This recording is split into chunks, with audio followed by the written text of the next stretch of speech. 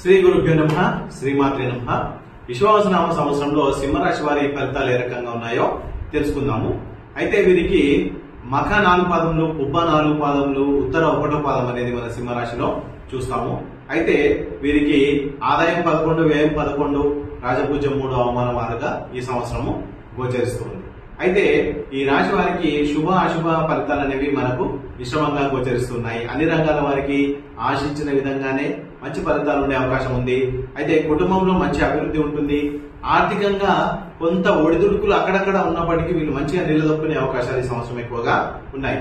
సంతానము మంచి అభివృద్ధిని సాధిస్తుంది. మానసికంగా కొంచెం దృఢంగా ఉంటే ఈ సంవత్సరం అన్ని పనులు కూడా వీళ్ళకి జరిగేటటువంటి అవకాశాలు ఉన్నాయి. అయితే వీరు శారీరకంగా ఎలాగో దృఢంగా ఉంటారు, కాకపోతే మానసికంగా వీళ్ళు కొంత మంచిగా దృఢంగా ఉన్నట్టయితే ఈ సంవత్సరం అన్ని ఫలితాలను వీరు సాధించేటటువంటి అవకాశాలు ఉన్నాయి. కొంత మనోచాంచల్యం అనేది వీరికి ఈ సంవత్సరం ఎక్కువగా కనిపిస్తుంది. సో ఈ సంవత్సరం వీళ్ళు కొంత స్థిరమైన ఆలోచనలు ఎక్కువగా ఉండాలి. మనసు చంచలంగా ఉండకుండా మంచి స్థిరంగా ఉన్నట్లయితే వీరికి మంచి అవకాశాలు పొందేటటువంటి ఛాన్సెస్ ఎక్కువగా ఉన్నాయి.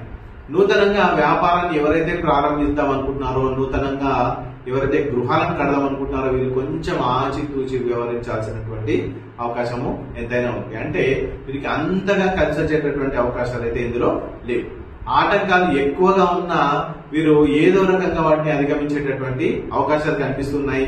తప్పనిసరి అయిన ఖర్చులు రావడం వల్లనే వీరికి వ్యయం ఎక్కువగా ఈ సంవత్సరము కనిపిస్తూ ఉంది.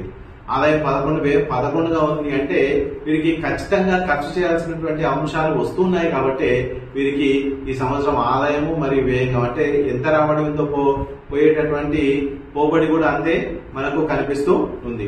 చేతి వృత్తులు ఎవరైతే చేస్తున్నారో వారికి మంచి అవకాశాలు ఉంటాయి. ఈ సంవత్సరం మంచి మిగులుబాటు వాళ్ళకి కనిపిస్తుంది. అంటే మంచి లాభాలు వాళ్ళకి కనిపిస్తూ ఉంటాయి. మంచి సంతృప్తికరమైన జీవితాన్ని గడుపుతారు.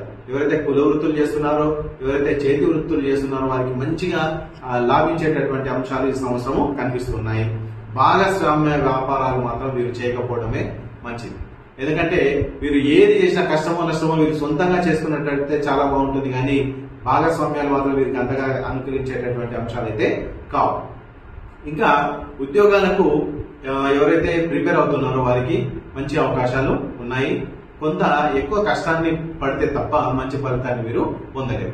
అలాగే ప్రైవేట్ రంగంలో వారికి, గవర్నమెంట్ రంగంలో వారికి ఈ సంవత్సరం మంచిగా కలిసి వచ్చేటటువంటి అవకాశాలు ఉన్నాయి.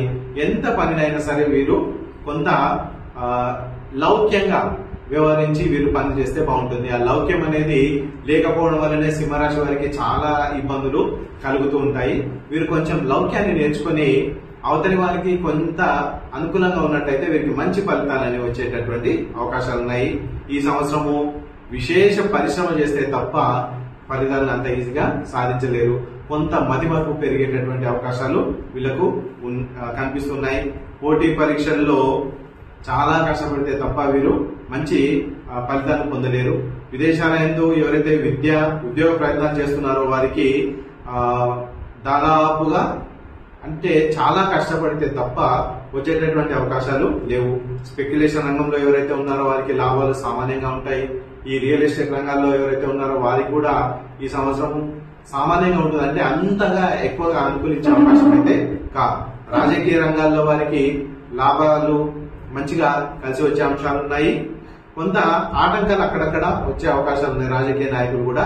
సో రాజకీయంగా వారికి కూడా బాగా కష్టపడాల్సిన అవసరం ఉంటుంది.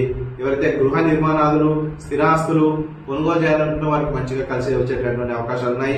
ఆరోగ్యంలో కొంత ఇబ్బందులు అక్కడక్కడ కనిపిస్తూ ఉంటాయి. నూతన వస్తువులు కొనుగోలు చేయాల్సిన వారికి సంవత్సరం బాగా కలిసి వస్తుంది. వీరు గణపతి ఆరాధన, హనుమాన్ చాలీసా నిత్యం పఠించినట్లయితే వీరికి మంచి అవకాశాలు వస్తాయి.